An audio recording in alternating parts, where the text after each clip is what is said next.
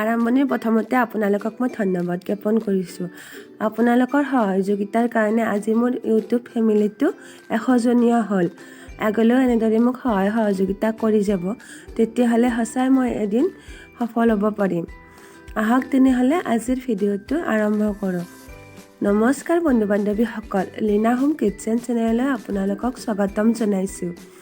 মই আহিছোঁ আৰু এটি নতুন ভিডিঅ' লৈ আপোনালোকক এটি ৰেচিপি দেখাবলৈ আৰু আপোনালোকৰ পৰা কিছু কথা শিকিবলৈ। মোৰ ফুল ভাজিবোৰ হ'লে আপোনালোকে দেখাই দিবচোন।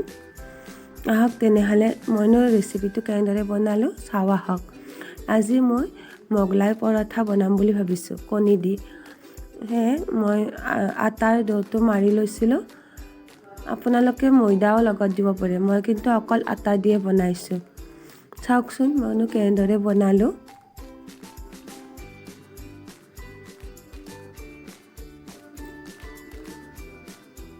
এনেদৰে মই ঠাণ্ডাৰ দিনত কেতিয়াবা এনেদৰে বনাই খাই বৰ সোৱাদ লাগে।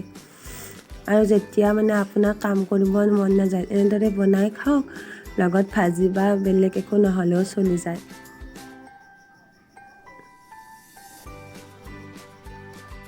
গোৱালপাৰা লক্ষীপুৰত থাকোঁতে প্ৰথম মই মোগলাই পৰঠা খাইছিলোঁ, বৰ সোৱাদ লাগিছিল। মোৰ ভিডিঅ'টো কোনোবা গোৱালপাৰা মানুহে চাই আছে নেকি বাৰু জনাবচোন। তেতিয়া মই এই পৰঠাটো বনাব শিকিছিলোঁ ইউটিউবত চাই। সেয়ে ভাবিলোঁ আজি 100 ছাবস্ক্ৰাইবাৰ হোৱা আনন্দতে মোগলাই পৰঠাই বনাই খোৱা যাওক। নাজানো পিছত বা কেতিয়ালৈ একে হ'লে কিবা বনাই খাব পাৰিম বা কেক বনাব পাৰিম। আপোনালোকে যদি সহায় কৰে এদিন মোক সঁচাকৈ এনেকৈ হ'ব। ৰাইজে নখ জোকাৰিলে বোলে নৈ বয়। নহৰ এটুপ এটুপ পানীৰে নৈ বোৱা দি আপোনালোকৰ এটা এটা ছাবস্ক্ৰাইবে বা আপোনালোকৰ এটা এটা সহায়ে মোক আগুৱাই যোৱাত সহায় কৰিব। এই ভিডিঅ'ৰ পৰা মই 50টা ছাবস্ক্ৰাইবাৰ আশা কৰিলোঁ। আপোনালোকে বাৰু কৰিবনে? তেনে ৰুটিখন এতিয়া অকণমান তেল দি সেকি ল'লোঁ। এতিয়া তাত কণীখিনি দিলোঁ, তাৰ ওপৰত ৰুটিখন দি দিম।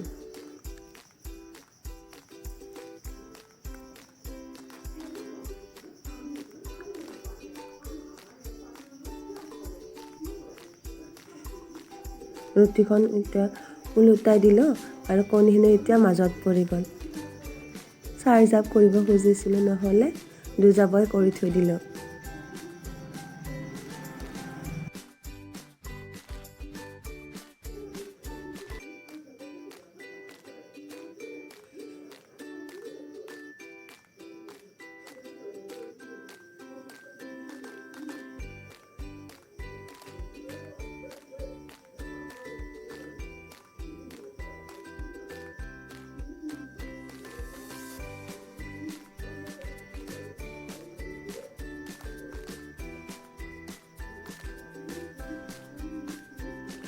এতিয়া একেলগে 2 নম্বৰ পৰঠাখনো সেকি ল'ম। তেলত অকণমান ভাজি লওঁ। চাওকচোন এতিয়া কণীখিনি দি তাৰ ওপৰত ৰুটিখন দি দিম।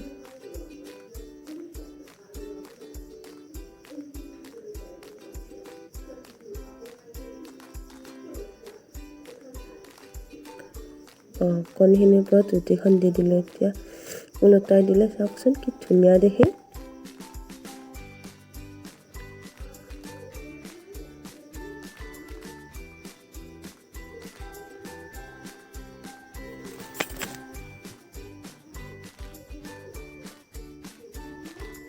এনেদৰে বনাই গৰমে গৰমে খাওক।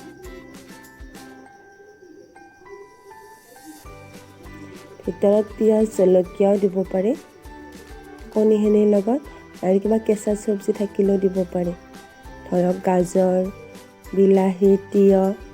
মই কিন্তু এনেদৰে চিম্পুলকৈ বনালোঁ আৰু গৰম গৰমে খালোঁ। এতিয়া শুভৰাত্ৰি। ভিডিঅ'টো সম্পূৰ্ণকৈ চোৱাৰ বাবে ধন্যবাদ।